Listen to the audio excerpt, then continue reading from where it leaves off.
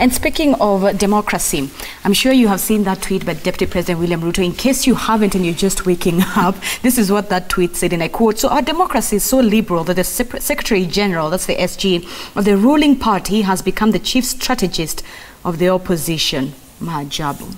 That was the Deputy President's tweet on his personal Twitter handle. And I want us to shift gears to that specific conversation. Senator Kajwang, is it fair? Let's just throw a span in the works and say, indeed, Raphael Tuju was supporting the opposition party. Deputy President William Ruto also has individuals such as Aisha Juma of Malindi from the opposition supporting him. So is it fair? Was that tweet fair? Well, I think if that tweet came from the Deputy President, then he should just be clear and call out the President, because who's the leader of the handshake? It is Raila Odinga and Uhuru Kenyatta.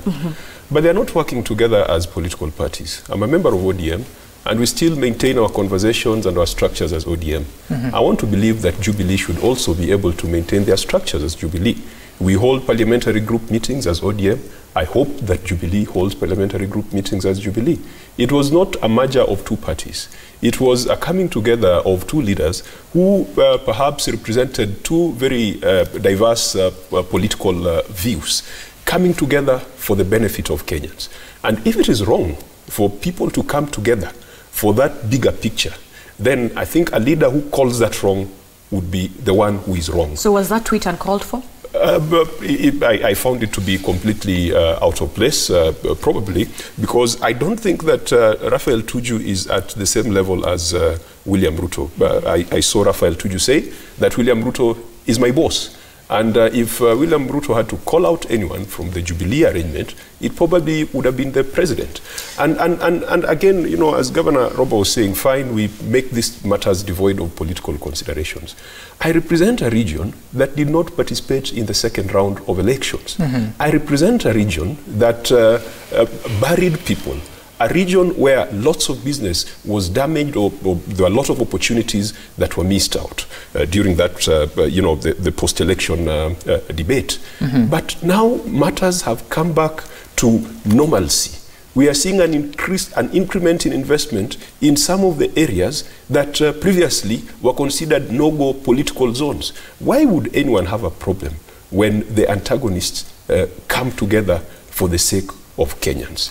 That, in my view, is very worrying, because there could be then some leaders who thrive in dividing Kenyans so that they can have their way. That's your reading as Senator of Homa Bay, and of course you come from the Orange Democratic Movement Party, but the two gentlemen come from the Jubilee Party. I don't know whether you share in those thoughts, because you see the Deputy President obviously being the Deputy Party leader. He is uncomfortable with the quote-unquote the dalliance of the Secretary General with the opposition, but the Secretary General says, I cannot engage you. I mean, you are my boss and I respect the party structures. Does it bother you as members of the Jubilee Party with what is going on? Well, it does, to be very frank. Well, it's one thing to have handshake and forge a working relationship, which, for example, the regions that were ODM before ought to have received development regardless of whatever political party affiliations they held, even in the past. So what's happening now is their right. It's not a privilege, it's not a consideration. It ought to have happened. Right. And in principle, the death of opposition in the country for a democracy like ours is a disaster, to be very honest. And this is my honest position. We would not have been where we are today in terms of impasse in discussing revenue sharing issues without any political party in the name of opposition being able to air an issue, its own opinion. Now, if we have all of us singing the same tune without anybody putting checks and balances, where are we headed as a country? So as the Secretary General of Jubilee, we support, you know, the partnership between our leaders, President Uhuru Kenyatta and former Prime Minister Raila Odinga. However, a political party is a political party. Right. And you can't be termed in a headline of a newspaper as political strategist of another political party figurehead. And this, you know, is puzzling, to be very honest. But is it true, from the tweet by the Deputy President, is it true that he is the chief strategist? I mean, he comes from Rabieta. Well, did you look at the headlines of newspapers yesterday? I mean, we are informed generally by what flies around in you know, from news carriers, and that is what we deal with every day. But what I want to say is, it is important to have partnership agreement on issues that are good for us to merge our communities. Yes. But it's also important to put checks and balances on government from perspective of running a democracy like ours. Okay, so Dr. Aiden, Gatundu Member of Parliament, Moses Kuria, replied, or rather gave his sentiments on Facebook after that tweet by the DP.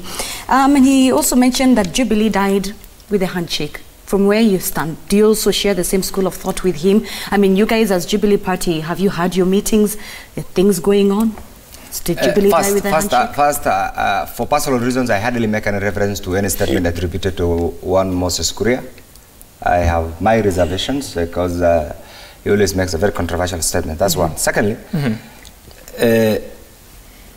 Kenya today is more tribal than we were in 1963 when we got our independence. And you just need to reflect for a moment and see how the framers, the forefathers, behaved at the time when we got our independence. They were more patriotic, they were more nationalistic, they were more committed to national cohesion than they were today. Today, everybody thinks about regions, everything has been trivialized. Their regions, their tribes, even resource allocation has been trivialized.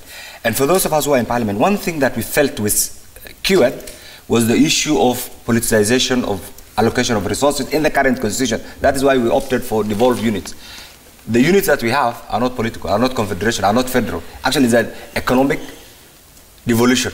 And that is one thing that even most people who are engaged in the current devolution have not really grasped, and that's why there's a bit of confusion. Now, coming back to this, I'll be waiting to see the response of SG. Tuju is not an ordinary member. Tuju is the Secretary General of the Jubilee Party, the largest, the biggest.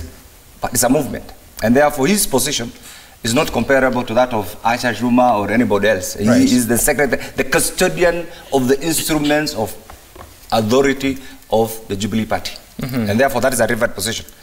I've only seen newspaper exchanges. So for me as an old member, I will be persuaded, I'll be informed by the official reaction on the statements, and that is the time when I'll make an informed comments on the same, because media, as we have rightly reported, you know, they're also in business.